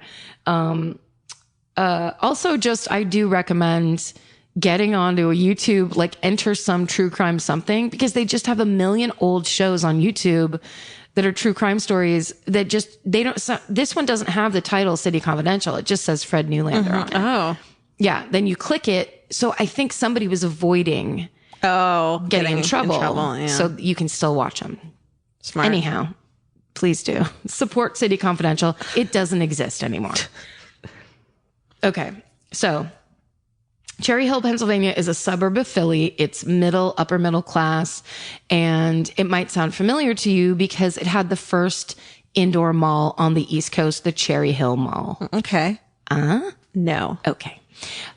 So that's exciting for them. I'm happy for them. Right? Yeah. People, I mean, it used to be like, because, the, Highway 70 used to go from Philly to Cherry Hill. Mm-hmm. And so basically that road was always full of traffic because people worked in the city and lived in the suburbs. Uh-huh. And so they started building, stores along the road because everyone was always on the road. That's smart. That's what led to the first indoor mall. I never thought of that being like if there's a first one. Yeah. It's just like, then they were. Yeah. And then people would just go, like the whole city was kind of built around and the community was in the mall. One of these reporters said, like, if you want to know the community or see what the community is like, you go to the mall. Wow. I love a mall. Dude, malls. Dude. Yep. So there's like 70,000 residents and probably a third of them are Jewish. So there's these reporters talk a lot about how much there really is a lot of, diversity in this town. Mm-hmm. And, so one of the more popular temples in Cherry Hill is called Kor Shalom. Mm-hmm. And, it was founded by Rabbi Fred Neulander in 1974. He was an assistant rabbi at a different temple, but he didn't want to be the assistant anymore. And he felt like his take on what he wanted to talk about and preach about, please correct me on any of these. I'm going to use a lot of Catholic wording for very strictly Jewish things, and I apologize in advance. But he basically wanted his, congregation and his leadership to be a little bit more updated and a little different. Got it. So he starts this new temple. And And by the mid 90s, he's got 4,000 people going to it. So it's like one of the bigger ones in the city. Yeah. He had met his wife, Carol, in college. She was the daughter of a very well-to-do garment businessman, I guess. Garment manufacturer? Like a garment textile guy, you know, textiles and clothing merchant, I guess. Okay. But she was rich. Like, she grew up in a mansion in Long Island. Wow. And with butlers and stuff. Holy shit. I love that part when they talked about like a rolling lawn down to the ocean or whatever. Like, thought of having butlers just like hanging out I would feel guilty, so uncomfortable. Yeah. Where like someone's silent, standing there, ready to do your bidding. You're pointing at Steven. I want to point out that yeah, I would hate it to have like a helper. Just someone that just does whatever you ask them to. And you only pay them every 5 months. Touche. I stand corrected. I meant that about myself as much as you. No, yeah, you were correct. Steven's crying. Steven, get back in your hole. Steven, put your tuxedo back on. Okay.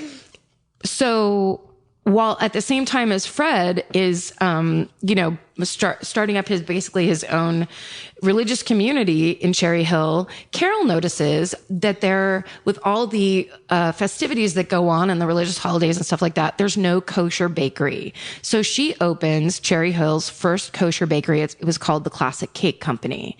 And she starts immediately, right? She sees a niche and that needs to be filled. She does it. She's not going to fucking rest on her dad's textile laurels. Fuck no. No. And she's not going to rest on her rabbi husband's good time. No. She's going to be like, excuse me, I went to a party and yet again, I couldn't get a slice of kosher cake. Can I please? God damn it. So is there any buttercream in this fucking that hasn't touched bacon? That's kosher, right? When it doesn't get bacon rubbed on it. No. So she starts this cake company and it does great. So by the early 90s, the Neulanders are killing it. Their son, Matthew, is a medical student, but he's also a part-time EMT. Oh. Their daughter, Rebecca, lived in Philly. I don't know anything about her, but I want to say great things. She lived in Philly. Yeah. She got out of Cherry Hill. Yeah. She made it. She wasn't no schlump. No way. Yeah. And she still got along with her family because her and her mom talked on the phone all the time. Mm-hmm. So the only worry was this. Carol at the Classic Cake Company the take was between $5 and $20,000 a day. Holy shit. So it's a middle-aged mom type who's driving home with a shit ton of cash. Oh no. Every night. So Fred starts to be concerned about that. And he tells Carol, I'm going to look into this because I think we need better security for the house and for you. And we need to kind of like address this. Okay. So Fred says he knows a guy. So what had happened was in 1992, a man named Len Janoff had come to the temple because someone in his AA group recommended that he go speak to Rabbi Fred Neulander because at the time, Len had just gotten divorced. He was totally broke. He was a raging alcoholic, doing really bad in general. And also people say he was kind of a bit of a liar. So he had some personality issues and some work to do. And when he went to go talk to Rabbi Fred Neulander, they got along great. And Fred said, come to this temple. You don't have to worry about paying anything. We want you here. You're welcome. And he really made a place for him there. And they both smoked at the time. So they would sneak off and smoke together because they think rabbis maybe they're not supposed to smoke or it's frowned upon or something. Well, he would sneak away with his friend and they would go smoke and talk. And it turned out that Len had a lot to say. He had been a Vietnam vet. And then, according to him, he worked for the CIA and the FBI and Special Forces. Nobody, if you actually have done that, you don't say it. I feel like. That's exactly what someone said in City Confidential. Shut up. Swear to God. I think his own friend, there was another guy that was this classic, because this thing was shot in 1995 probably. Yeah. So there's some amazing colored blazers and there's some frosted tips. Ooh. But his friend said the exact same thing. People who worked in the CIA do not tell you stories about when they used to work at the CIA. Yeah. But part of Len's reason for drinking so much is because he'd been in the shit and seen the shit. Okay. So no one's going to say anything about it. Sure. Okay. So on Tuesday nights, Carol, as at the Classic Cake Company, it's her manager's meeting night. And so she stays at work until 8. So that night, November 1st, 1994 is a Tuesday, and Fred comes home at 6:00 and he brings a pizza home for him and Matthew to have for dinner because they know Carol's not going to be there. And then, Matthew goes for his shift being an EMT at 6:30. Oh no. Do I know where this is going? You might. So then Fred goes back to the temple because Carol's not going to be there. So he goes back to the temple. He pops in on the assistant rabbi's Judaism class, and he pops in on the choir practice, and he's just kind of hanging out at the temple. I don't know what he's doing. When Carol comes home at 8:00, no one's home, and she's talking on the phone to her daughter, Rebecca. And while they're on the phone, she says to her daughter, "Oh, the bathroom man's here again." And she's like, "What are you talking about?" And then Carol explains that a man had dropped by to deliver something for Fred, the father. And instead of just handing the thing to her, he asked if he could use the bathroom. And so he came in and used the bathroom. Oh, no. And Rebecca was very upset about that and was like, "I don't like that at all. Don't let him in." And she said, "No, he's fine. He's this schlubby guy. He was kind of like, he's nothing to worry about," basically, is what she said. And then they get off the phone. And she says, "He's a friend of your father's, so don't worry about it." At 9:20, Fred comes home from the temple and no one's home. And then when he gets inside the doorway more, he looks in the living room, and it's white carpet, white furniture, like almost in a completely white room, and it's covered in blood. Fuck. There's blood everywhere, and Carol is laying in the middle of the living room, dead. God. He calls 911, and when he calls 911, he sounds really upset and flustered, and at one point he says to the dispatcher or the 911 operator, "Should I touch her?" He asks that. So, and I thought about that after, because I was like, well, that's kind of a weird point to make. And then I thought, well, that's that thing where if I walked into this apartment to come and record and you were laying in the middle of the floor, right, bloody, I would run over to you and be like, "George, are you okay?" And touch you a bunch without asking anybody about it. You wouldn't think to yourself, "Oh, I don't want to contaminate this crime scene." Right. That's just, I'm going to hang back and hopefully she's okay. So that was noted, basically. Yeah. And then I thought about that because, as he's on the phone call, he says, you have to tell them my son is an EMT. They can't send him here. And so like the word goes out, but it didn't matter because he was like the third group that arrived. So he has the address. Anyways. Yes. But he wasn't on that call or that run or whatever. So by the time he did arrive, there had already been police and another ambulance or whatever. He tries to run inside. He has to get physically restrained from running inside. And then he looks over and sees his father just standing in the driveway, just kind of staring. Oh my God. And he notices that there's no blood on his father at all. There's not a drop of anything on his father. And then he asks, and the rabbi didn't say last rites over her. He didn't say the prayer. Like there are things they were saying that they would assume he would have done as a rabbi with a dead person. Now, who knows? Because it's his wife. Sure. So he might have just been in total shock and like wandered out. Fair. But when police were exiting the house, coming in and out, he never asked anybody what's going on, what happened to her. He never said a word. He was just standing there very dispassionately staring. And if you found me and I was stabbed to death, another thing that would go through your mind is the killer still in the house? Yes. You know what I mean? Yeah. Like to not think that. How long ago did this happen? Right. Who did it? What is happening? Who did this? Why? Are they still here? Yeah. I think that's a natural fucking... Fuck yes. That'd be the scariest thing. So he doesn't even think about that. No. That's bad. Like, that's a bad sign. Yes. And also, I did hear a bit of his 911 call. And it's just, I just hate so much when it sounds like people are fake. I hate fake crying a lot. What does he sound like?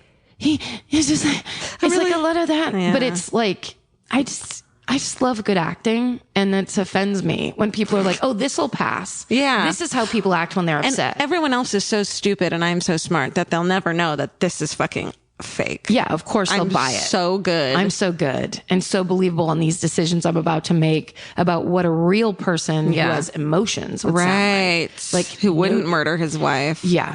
Oh my God. Okay. Okay.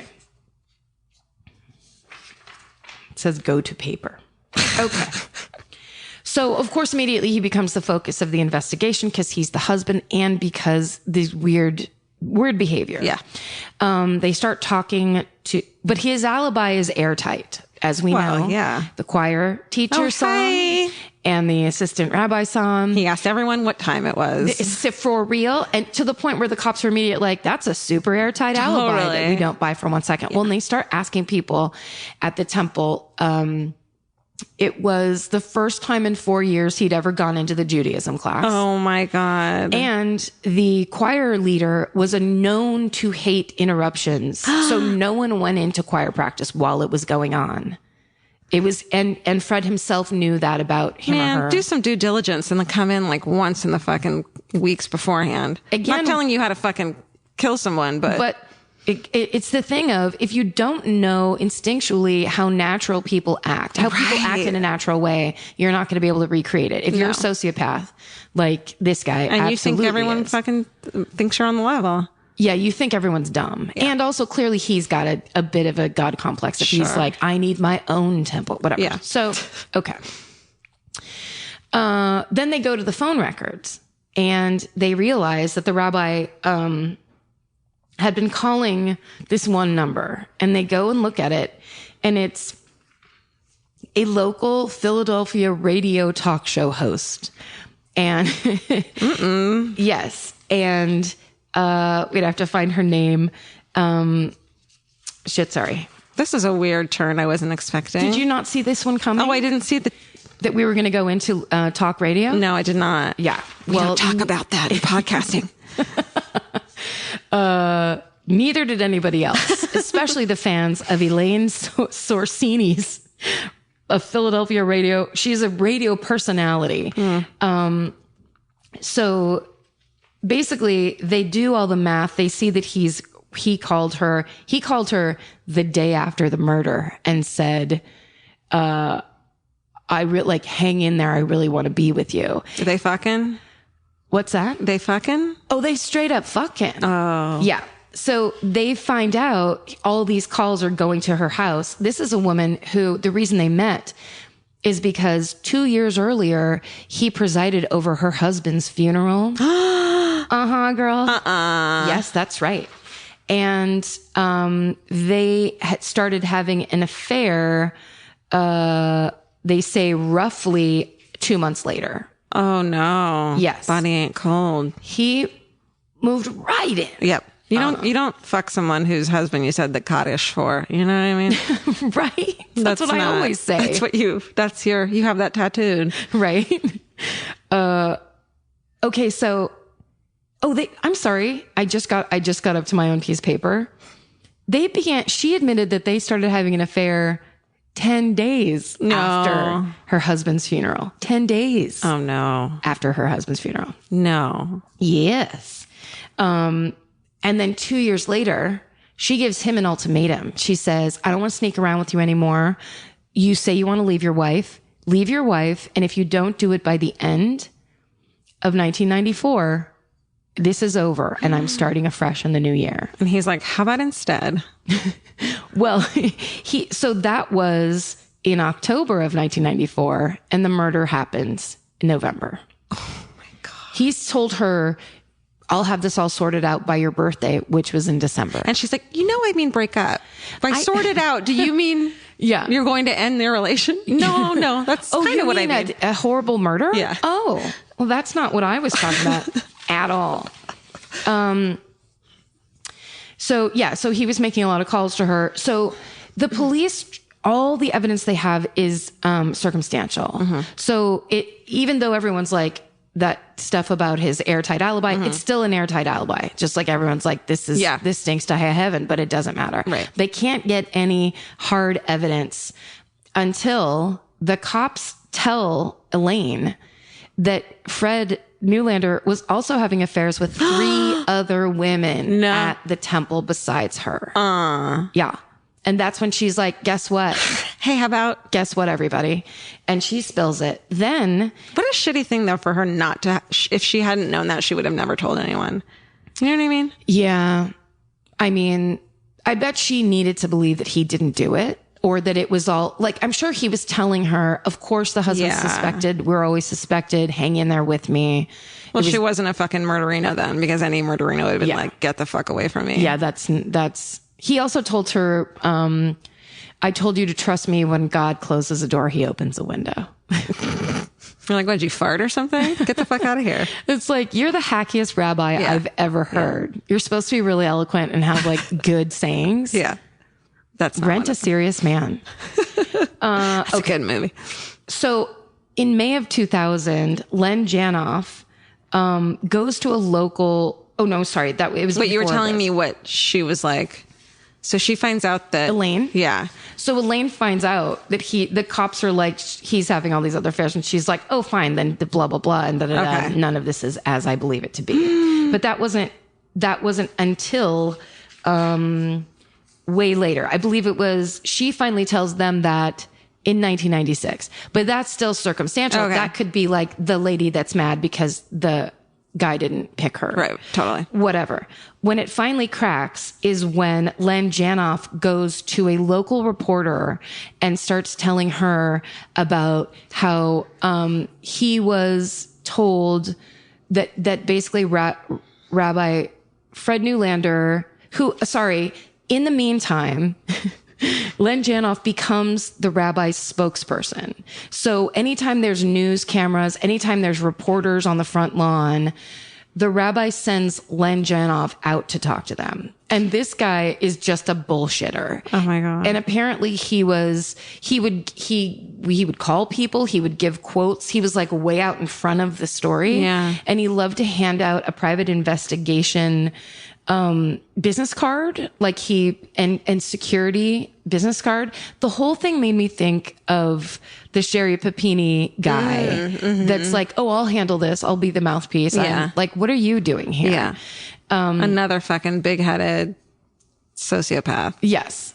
And so they work on that guy for a long time. He eventually tells a reporter that the rabbi hired him for $30,000 to kill his wife.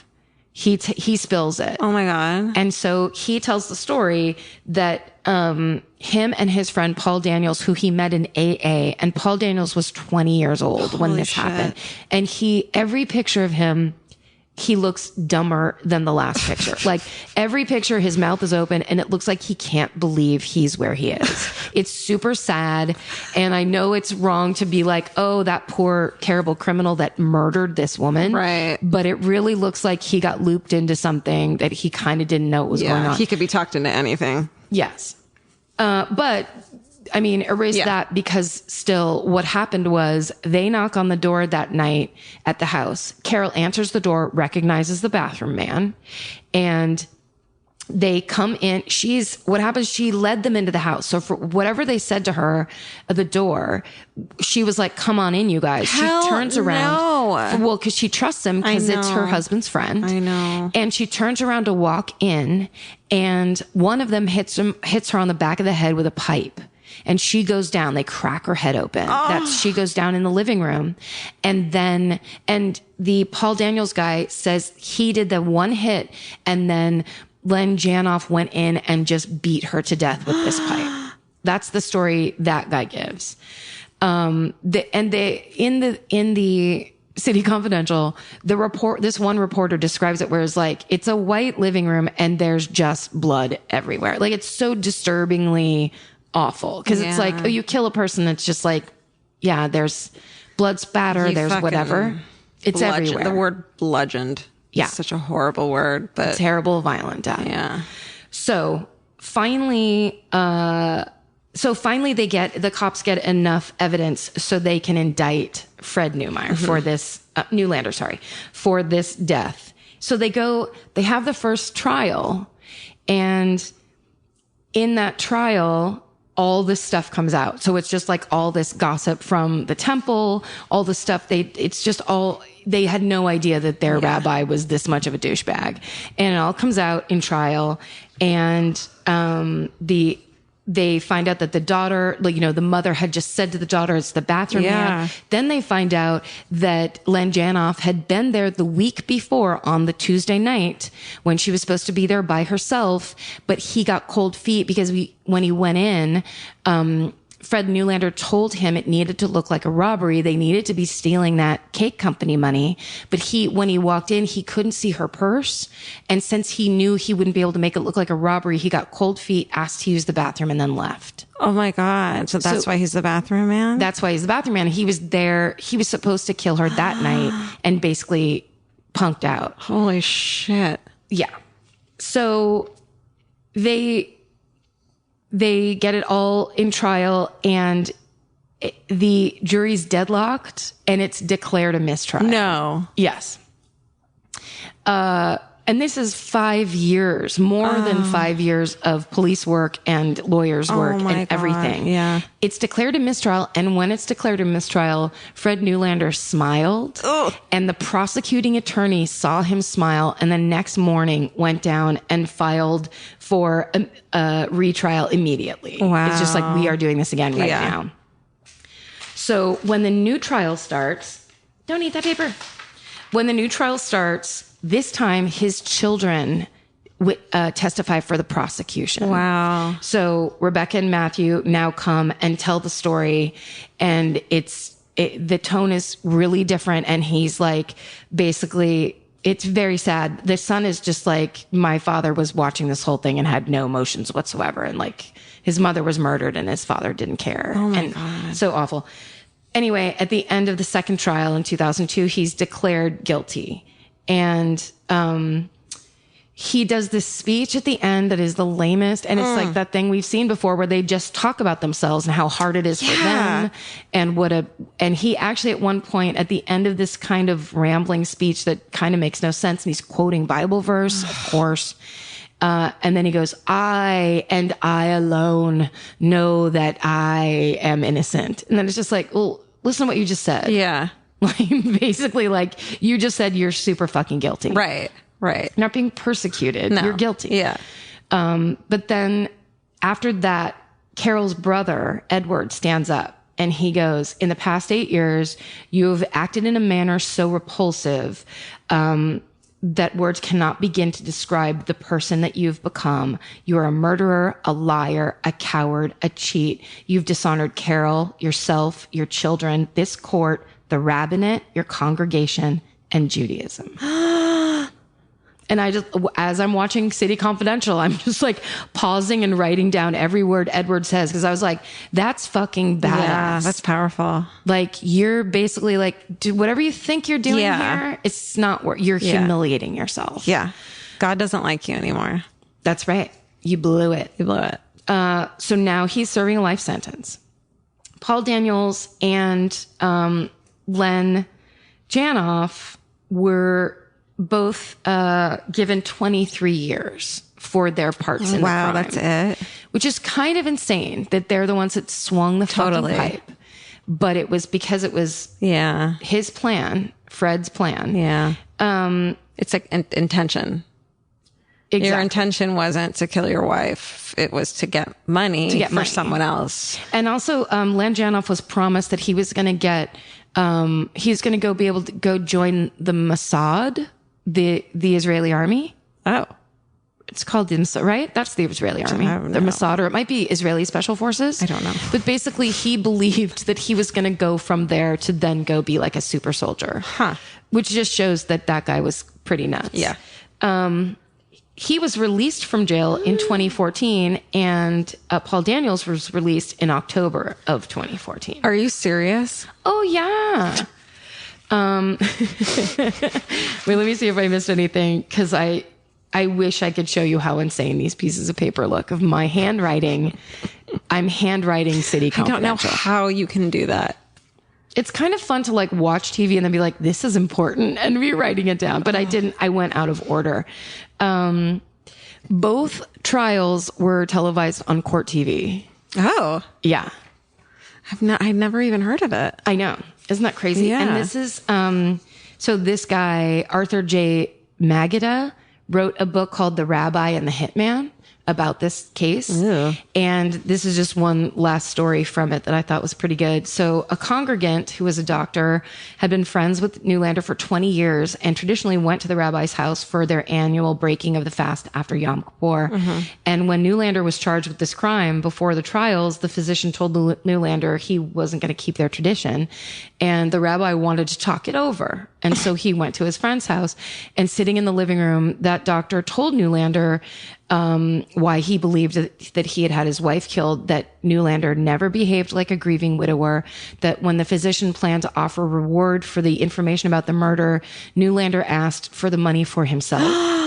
Neulander asked his friend to provide a letter explaining that medication he was taking for a heart problem would have caused him to fail his lie detector test. What? And he had a motive because with his wife gone, he didn't have to worry about the mess of divorce, and he could go on with his radio talk show host. So Neulander tries to defend himself, saying he loved his wife. And then the doctor says, Fred, no matter what you say, I can't help but like you because you're charming and you're beguiling, but I think you're a psychopath and a murderer. And Neulander stands up to leave, walks a few steps away, then turns back and says, well, nobody's perfect. Ew. Fucking creep. Ew. Uh-huh. Can you imagine? That's your response. Still in your house. And that's what he says to, I think you killed your wife, so I don't want to hang out with you anymore. And you're a psychopath. You're a psychopath. Like, if someone called me a psychopath, it would ruin me. I'd be like, am I? No, I'm not. I know. That'd be very hurtful. Yeah, most people would. What? Yeah. Also, a doctor. A doctor.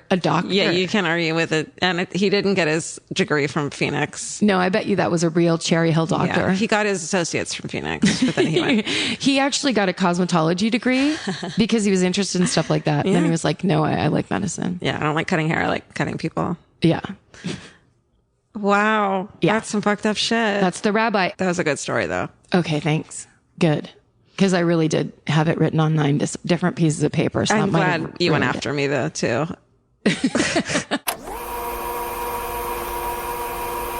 Okay, we're back. Karen, this story gets brought up with people I meet randomly more than any other story. I think I just meet so many people from Cherry Hill, New Jersey. Have you noticed that in your life? It seems like everybody's from Cherry Hill, New Jersey, or the surrounding area for sure.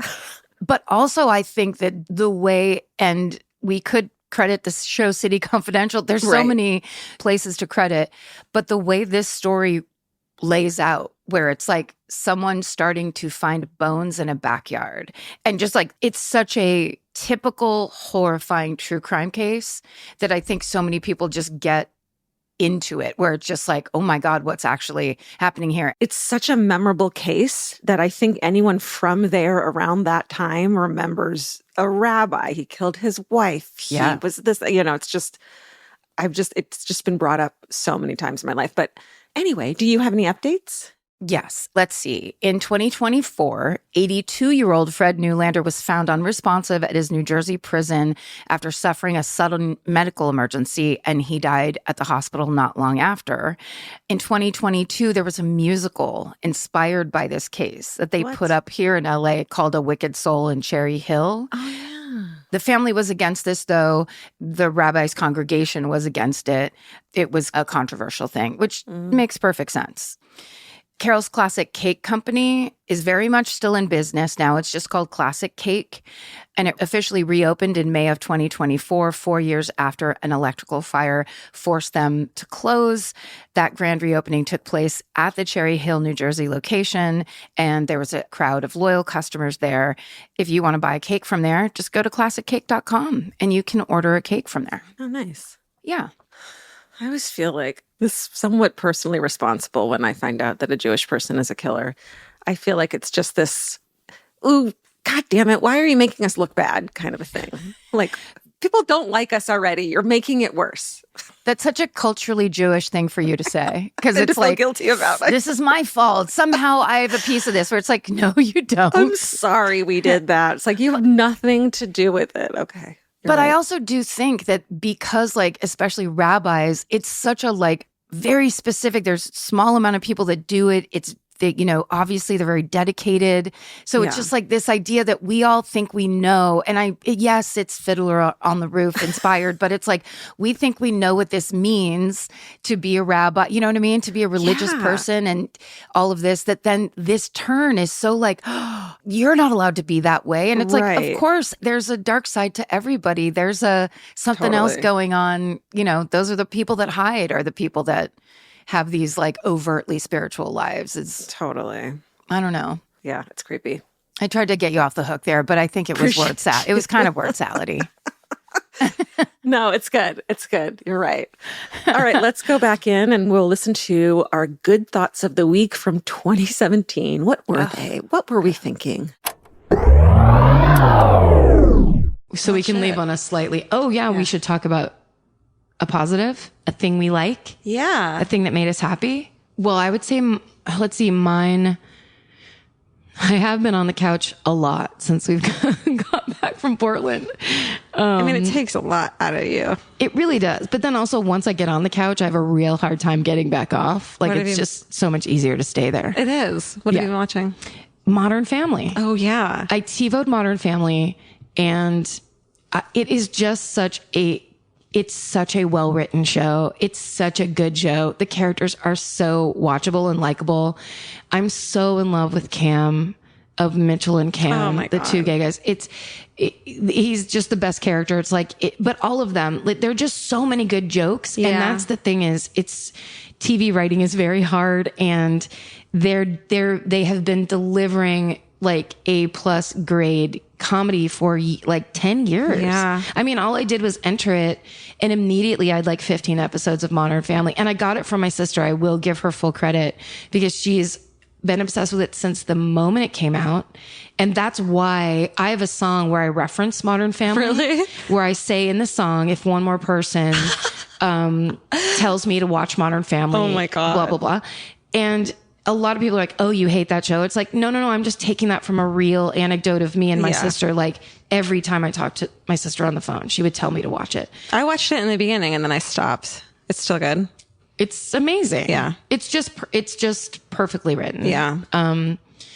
That, and I've been having great Lyft driver conversations lately. Oh, that's nice. Cause you always get scared, or I always get scared that it's like, I had a nightmare one the other day and I'm just a nightmare person? A nightmare conversationist, which means he was just talking at me and I was getting sick from it. And you go, doot, doot. Yeah. Earbuds. That's awesome. That's a sweet one. Yeah. It's been pretty pleasant, but I have to get a car. It's ridiculous. Yeah. I'm acting like Miss Daisy, but, it's nice sometimes to have like a pleasant conversation where you laugh about how bad drivers in LA are. Yeah. Yeah. What's yours? Well, I guess, I just finished watching it yesterday, but, Big Little Lies. Oh yeah. Which I didn't think I would like. I never read the book, even though Audible was always like, you might like this, you might like this. And I'm like, no, I won't. Like a brat. Sure. And that's how I do everything. Yeah. I don't like that. It's from Oprah's book club. That's the kind of, and then of course it's fucking amazing. Yeah. And the show is so good. And it was all these female characters that their whole lives weren't based on, they had these whole lives around their husbands and families, and they were central characters instead of being the backup singers to their, and it was just like about them. It was about them, and their co-star in life was their partner. And it was just kind of cool, and the acting was so fucking good. And Shailene Woodley, what's her name? Shailene. Yes. She's just like, she's such a great actress. She's so great in it. And it was really fun. It was fucked up and good. And there's a murder, and it's a murder mystery. Oh, okay. I didn't know that because I tried to watch the first I swear to God, I don't think I got 4 minutes in. And the first exchange 2 women had talking to each other, the tones of voice they were using made me turn my TV off. Cause it was like, oh, hi, Arlene. Nice to see you, or whatever. Well, where I was like, they all come out as like cunty cunts. Oh, okay. And then it's like, but there's shit going on underneath the surface. Oh, I'm going back. And the whole thing is a murder mystery. Oh shit. And okay. it's good. And everyone is having these, the Nicole Kidman and Alexander Skarsgård relationship was amazing. Cool. Like, you just need to watch it to see the 2 of them. Nicole Kidman takes a lot of shit, but she's an incredible actress. They're going to win all the awards. Her and Reese Witherspoon, I think, are going to win it all. I sent my friend a GIF the other day of, remember when she was clapping at the Oscars? Yes. Someone made that. And I can't figure out if someone did this to the GIF or if this is really what it looked like.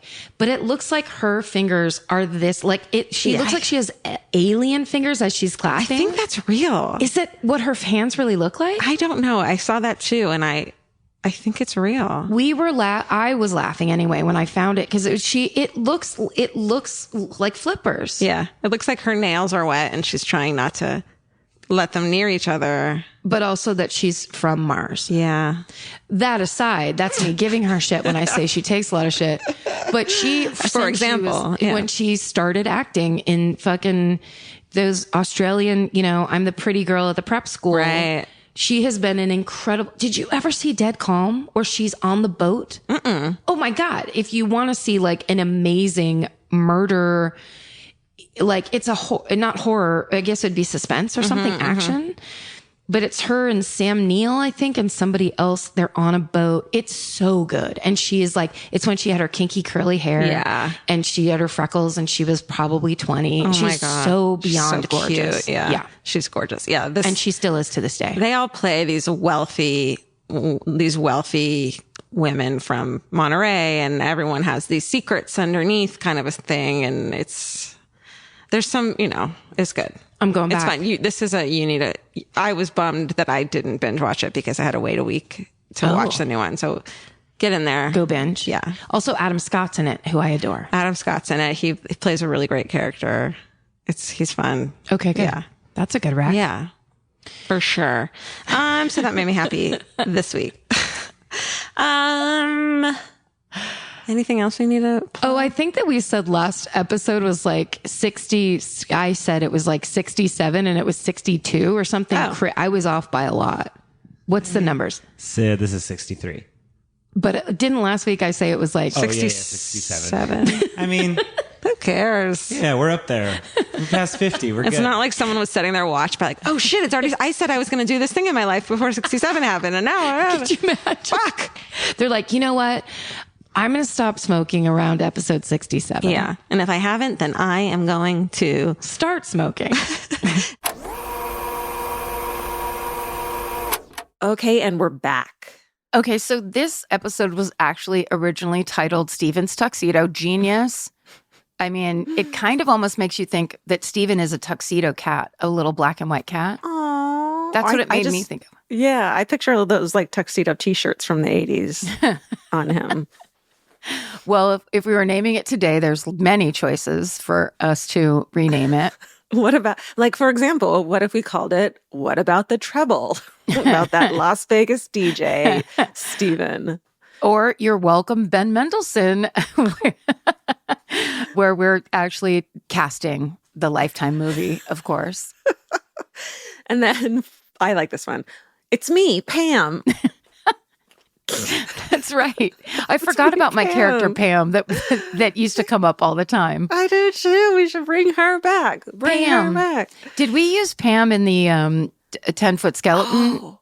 Maybe we had to retire it because that's the most famous Pam. Or was that Deb? I think you're right. Maybe it was Pam or Deb or someone. Has this all been real? It's 10-year folie à deux. Oh my God. Well, thank you guys for listening to another episode of Rewind. Let's let Elvis and Mimi say goodbye. Where's Elvis? Well, you guys, thank you for listening. Tell a friend. Guys, thank you for everything. You are our light and our honor system and heart and soul. An honor system, mostly. And Mostly you're our honor system. Yeah. If you take a penny, you leave a penny in our hearts. You've left a penny. You left a penny in my heart. I'll put a nickel in yours, motherfucker. You're going to double down. Well, thanks for listening. I don't know. Steven, thank you for listening. Thank you for everything. Oh, does Mimi want to come and make her debut? Maybe she does. I mean, her triple appearance. Yeah. Third time's a charm, Mimi. Stay sexy, everybody. And don't get murdered. Mimi. Bye. Bye. Mimi, you want a cookie? Mimi. She's like, leave me the fuck alone. Girl. God, it's cute. She's the Nicole Kidman of cats. She is. Mimi? Want cookie? Oh, Elvis. Here he is. Want a cookie?